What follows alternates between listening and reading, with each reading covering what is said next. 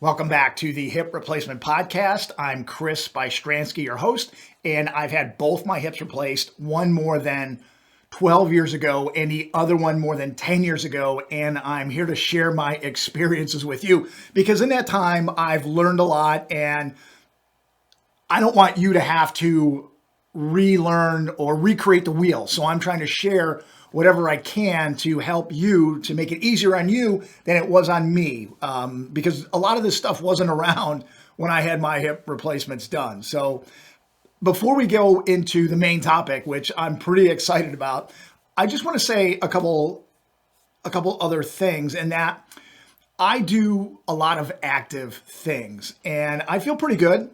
I have some aches and pains and I've talked about them in other episodes, but if it weren't for the little things that I do, I wouldn't be able to do the other things. I wouldn't be able to be as active or have as much fun as I do. I've got a couple little kids and I chase them around. I try to be active with them. I coach their golf team. I coach their volleyball teams. I do whatever I can with them. But without having the structure in place that I have, without doing my quick, easy regimen of things, I wouldn't be able to do all those other things that I want to do with my family and all the other things. So let me just give you an example of this easy regimen. So right now I'm recording this. It's about lunchtime where I am in Florida in the US. And just in the last 16 hours, I'm just ballparking, it's been about 16 hours. These are the things that I've done. And they are so easy that really anybody can do them. Okay? I'm not super person guy. Anybody can do these things. So last night, before I went to bed, before I jumped in the shower, I did 20 minutes of stretching. I typically do between 15 and 20 minutes of stretching. Now, none of these are specifically related to my hip. These are not physical therapy for my hip. These are just stretches that I do for my whole body. Some of them impact my hip, like my core, my legs, or my back. All of that stuff, all of those muscles run through the hip anyway. So I am inadvertently helping my hip by stretching my body. So I do that for about 15 to 20 minutes a day, usually at night before bed, before jumping in the shower and then going to bed. Okay, so that was last night, 15, 20 minutes. And stretching, pick some stretches, anything. I don't do the same stretches all the time. I just do whatever comes to me. Now, if you're not familiar with stretching at all, pick up the internet, pick up some video channel somewhere and just do some basic stretches. Anything would help. All right. The second thing I did was early this morning, I did some basic calisthenics. You know, the ones where you did in high school gym class or physical education class. Just simple things, not impactful, not a lot of jumping, just toe touches or bending over or side stretches. 20 minutes early this morning, a little bit after waking up, 20 minutes, no big deal. Nothing that hard. Slightly elevate the heart rate. I didn't stress myself out too much. All right. And again, if you're not familiar with just basic calisthenics, just go online and if you typed in simple exercises, simple calisthenics, you'll get more than you could bargain for. Just pick 5 or 6, 7 exercises and do them for a minute each or 2 minutes each and take a minute break in between them and bam, 15 minutes, 20 minutes, done. All right. The third thing I did was that later this morning, was that right? Later? Yeah. Well, this morning, not too long ago, I just went for a 20-minute walk. I didn't stress out about it. I didn't walk that hard, just brisk. It was nice and cool outside here this morning. So 20-minute walk, a little over, I don't know, like a mile and a third. Not too fast, not too slow. Just get out and be active. So in the last 16 hours, I stretched. I did some basic calisthenics to move my muscles in my joints, and I went for a walk. That's it. And I do that stuff every day or almost every day. I try to hit all 3 things. If I can't, I don't.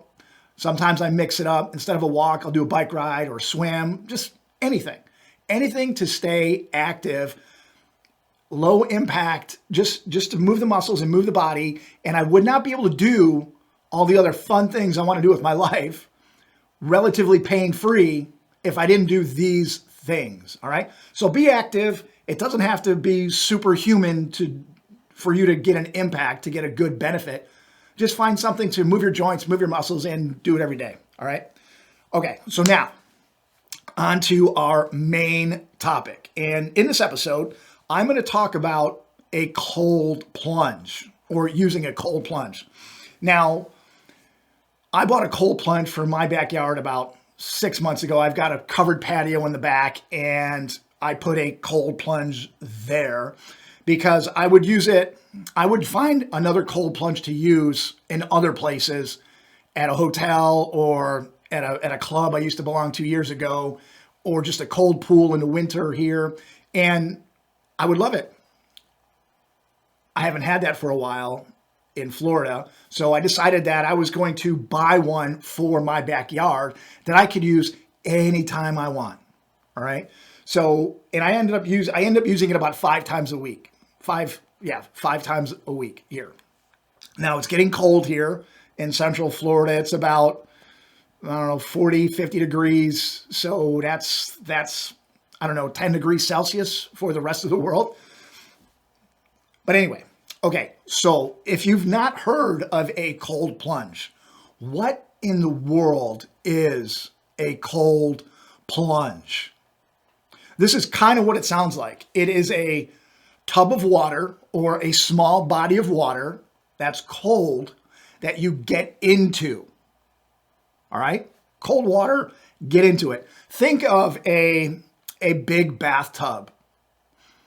And instead of warm water, like normal people relaxing, you put cold water in there, and then you put your body into that.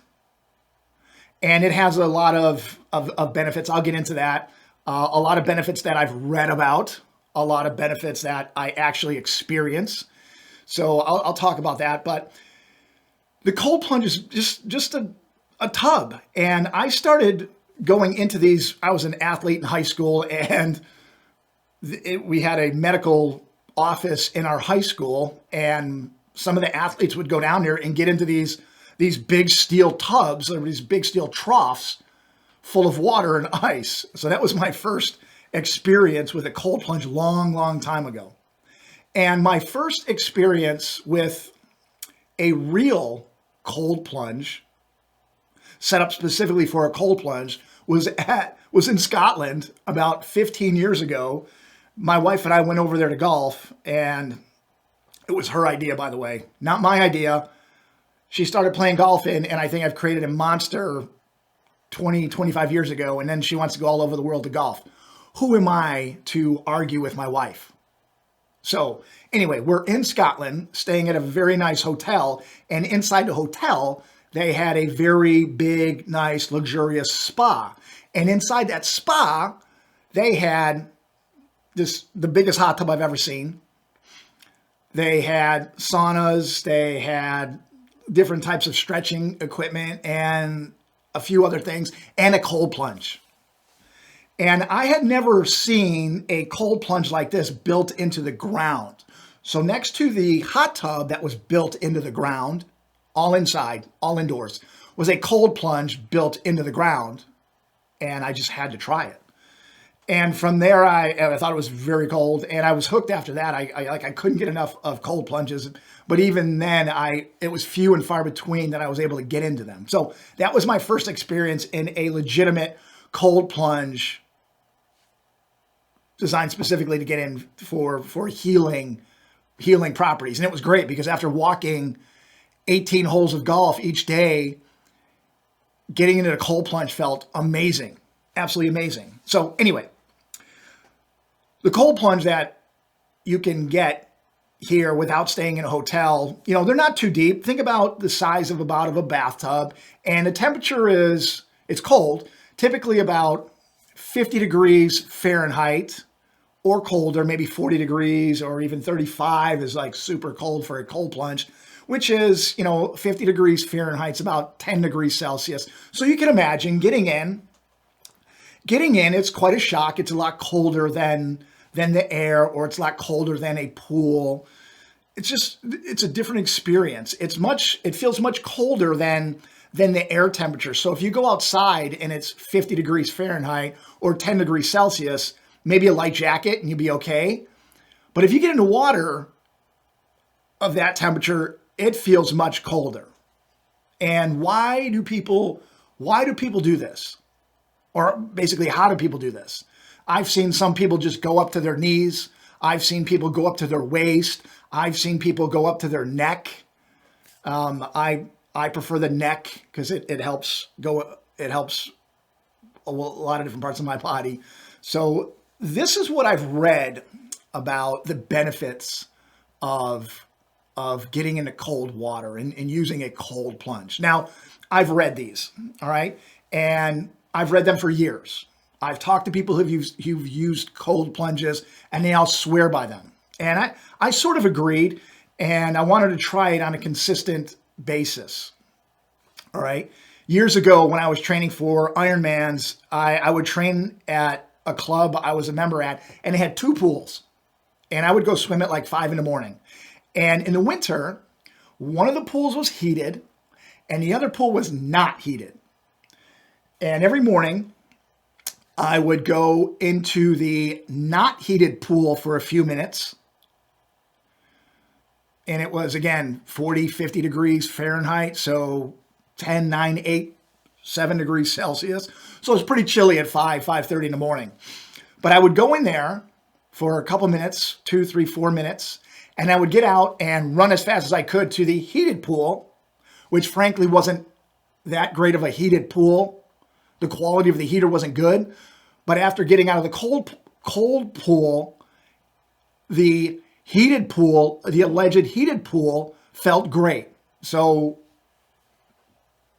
maybe that's one of the other reasons I wanted to go into cold pool first, was to make the pool that was supposed to be heated feel better. And it did. And it worked great. I loved it. But anyway, I moved to Florida and I didn't have that situation anymore. But I've read a lot about the benefits of cold plunges. And here's what I've read. And you could go look at these, just do a Google search or any internet browser search engine you want, because it'll take you to studies of different hospitals or different medical studies, and you can just read about them. But generally, here's what the studies say, or the literature says, about the benefits of cold plunges. It reduces inflammation. It reduces muscle damage. It reduces soreness. It increases energy levels. It changes hormone production. It increases blood flow. It activates the immune system. Now, all of these things sound absolutely wonderful. If you're recovering from an injury, like a hip replacement surgery, or your muscles are sore, maybe you did too much, maybe your muscles just get sore like mine after activity. The front of my legs and my hips get tight if I go ride the bike or walk or run or anything like that. My legs get sore, cold plunge, great. So I definitely could get on board with all of these things in the literature, all these benefits in the literature. And again, you can go read them for yourself. Just do an internet search and it'll pull up articles from different hospital systems or different medical groups about the benefits, okay? Now, that's what I've read. But what have I actually experienced? Okay, I've been using a cold plunge, like I said, in the pool before swimming, and then over the last 6 months. What have I experienced? Okay, so what do I feel? I'm a little bit of a scientist, so I experiment. I generally don't simply take the literature's word for it or what someone else tells me about their experience. So I like to experience myself. So here's what happened to me, or here's what happens to me every time. I have less muscle soreness, definitely in my legs. Okay, my quads, the front of my legs, my quads, and my IT bands on the side of my legs get sore from riding a bike, golfing, walking long distances, running, anything else I do. My legs get sore. And the cold plunge lets me have less muscle soreness. right? I have less inflammation. Like I can see it in my legs and just my overall body. I feel like I'm less inflamed. I can actually feel that. I definitely have more energy. When I go in that cold plunge and the water's obviously cold and I get out, I feel like I have 10 times the amount of energy than I did when I went in. My mood is better. I'm happier. I feel like I've accomplished something. I feel just better. I feel happier. My focus is better. So something about getting in that cold water, it just helps me focus and I guess get things done, but just feel better about what I did. It's a sense of accomplishment. And it also gives me just this feeling of reinforcing my mental toughness, because I got to tell you, it is not easy to get in cold water and sit there. It's definitely not easy to start doing it. All right. When you first start doing it, it's difficult. And then for the first few minutes, when you're in that cold water, that's very difficult because a lot of things happen. Like your heart rate goes up, you start breathing. It's almost like a panic breathing. So you got to calm down. And that really goes to supporting your ability to handle other tough things in life. So to me, it helps strengthen my mental toughness. And I feel like if I can do this, that's difficult, I can do other things. I can do other things that are difficult. So I get all of those benefits. Everything that's said in the literature, some of them I can't measure what was in the literature, like increased metabolism. I'm not going to measure that. I mean, I could go to a lab, but I'm not going to. But the less inflammation, more energy, better mood, better focus, all of those things, yes, check, check, check, check, check, and check. All right. So when you actually get into a cold plunge, what happens? Well, number one, it feels cold, but just remember, it's the sensation of cold is just that. It's just a sensation. It's not doing any damage. It's like heat. It feels like, it's a similar sensation to, heat, a tickle, a burning. It's not harmful. It's just a sensation that your body and your mind can get used to going through. So it just feels cold and you can get used to that. All right. But the big thing that happens is that it kind of takes your breath away. So if you go in up to your neck immediately, like right away, as soon as you go down and get up to there, your breathing just increases. And it helps to train your body to take deep breaths, to slow down, to focus, and not have all this chaos going on around you. And all that stuff is applicable to everyday life, whether we're dealing with a hip replacement, whether we're dealing with something challenging in our lives. Just being able to practicing doing something that increases our heart rate and it increases our breath and just slowing it down and having it under control is a very useful and helpful skill. Okay, so how do you do this? How do you find a cold plunge? Where do you do it? My first experience was in a hotel. You could be in a hotel and find one. You could buy a cold plunge. And if you go online, they're all over the place. It seems like there's thousands and thousands of different cold plunges. The one I bought was about $1,000 US. And what's great about this is that you can use flexible spending account money in the US. That means you have money set aside for healthcare expenses, and that money set aside is tax deductible. Okay. So you can use those funds from a flexible spending account or a health savings account. I'm not sure how it works around the rest of the world, but typically they're about $1,000 for a small bathtub size tub, I guess, or plunge. And there's two parts to it. There's the actual tub that holds the water, and that's the cheap part. But then there's also the cooler or the chiller and the filter. It's usually just a box. And what that box does is number one, it filters the water, it cleans the water. And number two, it chills it, it cools it. So the water, one tube or one hose leaves the tub of the cold plunge, goes into that box, the water gets cleaned and cooled, and then another hose leaves that box and dumps the water back into the tub. All right, so that's how a cold plunge works. And when you buy the cold plunge, it comes with the tub and the box, the chiller, if you will. All right, so that's another way. You can get a hotel that has this. You could buy a cold plunge for your house, or if you have a bathtub, you could simply fill it up with the coldest water you have available and put ice into it if you can, if you have an ice machine.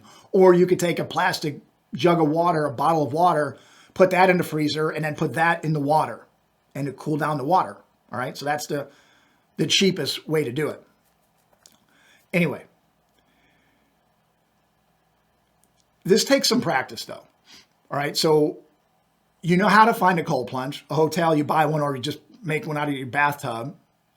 But it takes some practice. All right, and here's what I recommend. If you're going to do this, start slow. Don't get it that cold, and don't submerge your body all the way.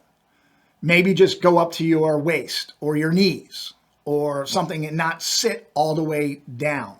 Because once you sit all the way down and it covers your chest, that is where the heavy breathing starts, the fast breathing starts.